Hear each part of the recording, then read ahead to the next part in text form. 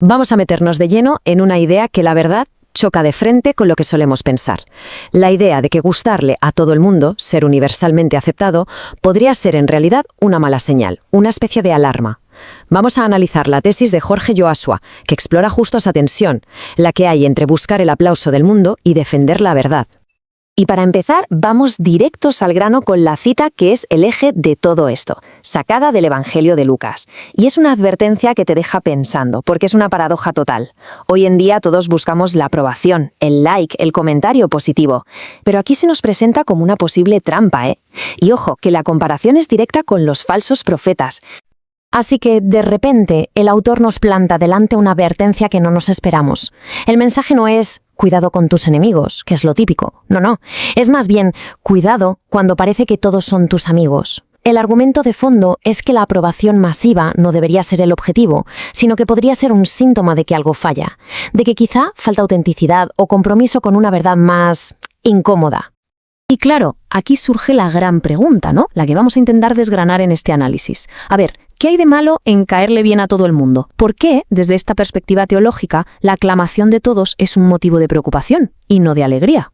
Para poder entender esto, el autor nos presenta un concepto que es clave.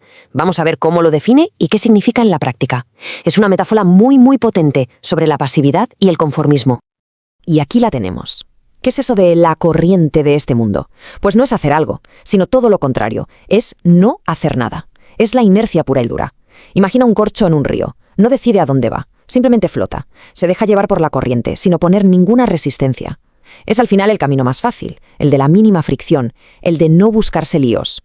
Fijaos, el contraste entre las dos posturas es que es brutal. Por un lado, seguir la corriente significa amoldarse, callarse cuando ves una injusticia y sobre todo buscar la palmadita en la espalda, que hablen bien de uno. Y por el otro, oponer resistencia es todo lo contrario, es una postura activa, es luchar, es atreverse a corregir lo que está mal. Y aquí viene lo difícil, es estar dispuesto a que te caigan palos, aceptar el desprecio por defender esa verdad.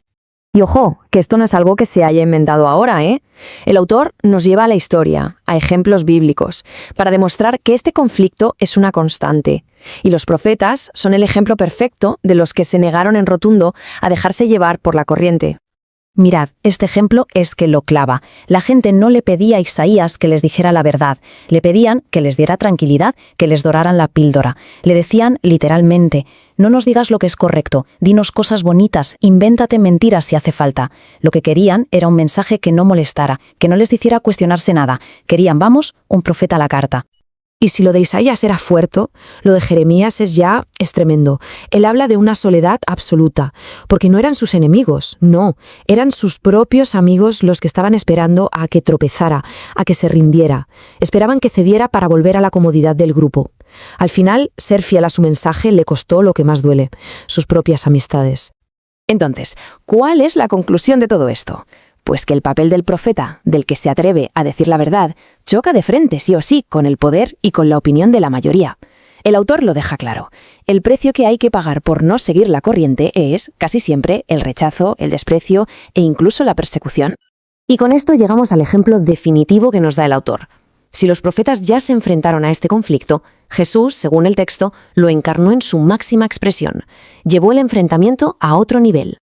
Aquí hay un detalle que es fundamental, ¿eh? Hay que fijarse bien contra quién eran estas luchas. Según nos cuenta el texto, no era contra la gente de a pie, sino contra la élite religiosa e intelectual de la época.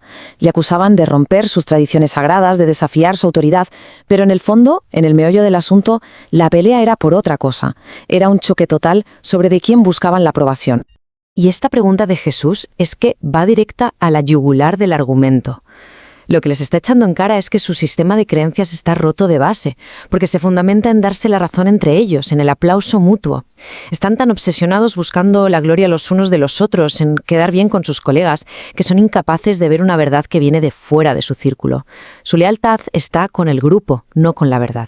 Y todo esto nos lleva al remate final, al argumento con el que el autor cierra su tesis. Aplica esta misma lógica para diferenciar dos maneras de entender la Iglesia, dos modelos que son como el agua y el aceite.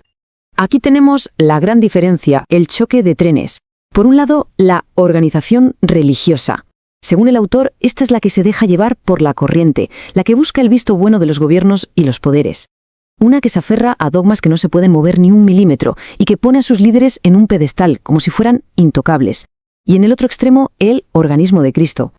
Esto ya no es una estructura rígida, es algo vivo, algo que se nutre de una fuente espiritual, que crece, que evoluciona, y lo más importante, que no sigue la corriente del mundo. No hay ley ni frontera que pueda pararlo, porque su naturaleza es completamente distinta. Y con esto cerramos el círculo y volvemos al punto de partida. El autor nos trae de vuelta la advertencia del inicio. Pero ahora, después de todo este recorrido, la frase cobra un sentido completamente nuevo, mucho más potente. Se convierte en un recordatorio constante de que esa comodidad del aplauso general puede ser precisamente el camino de los falsos profetas, de los que eligen decir cosas halagüeñas en lugar de verdades que incomodan. Y el análisis nos deja con una pregunta flotando en el aire. Una pregunta para que cada cual piense. Si el aplauso unánime, lejos de ser la meta, es una señal de alarma, entonces, ¿cuál es la verdadera medida de la autenticidad? El desafío que nos deja sobre la mesa el autor es precisamente ese, que nos paremos a reconsiderar qué significa tener éxito y qué significa ser fiel a la verdad en un mundo que, constantemente, nos empuja a dejarnos llevar por su corriente.